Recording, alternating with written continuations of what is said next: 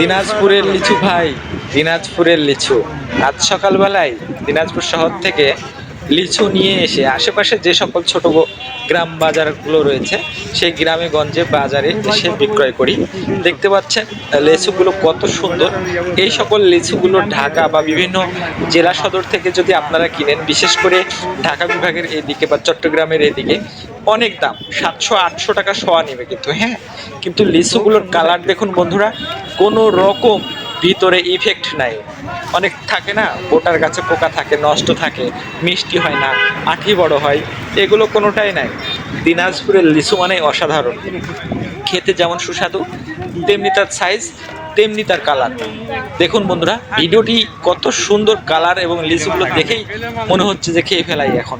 তো বন্ধুরা, নিয়মিত আপডেট ভিডিও পেতে আমাদের চ্যানেলটি সাবস্ক্রাইব করবেন।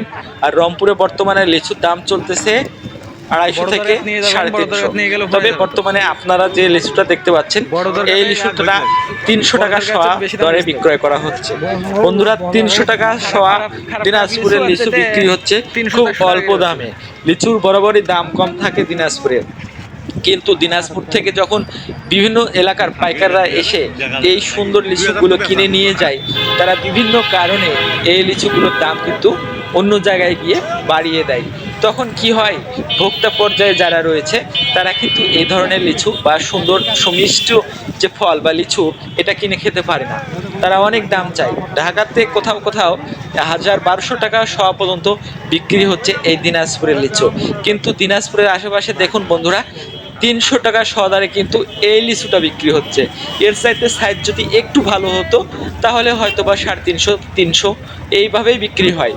আর যদি একটু ছোট বা লো কোয়ালিটির হয় তাহলে 200 থেকে 250 টাকা শোয়া কিন্তু লিচু বিক্রি হয়।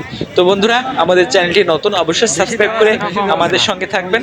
আপনাদের সাপোর্ট আমাদের একান্তই প্রয়োজন, কেননা চ্যানেলটি একেবারে নতুন।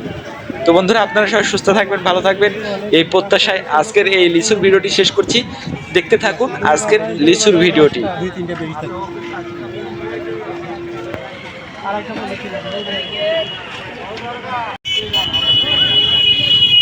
ভালোই বেচা কেনা হবে।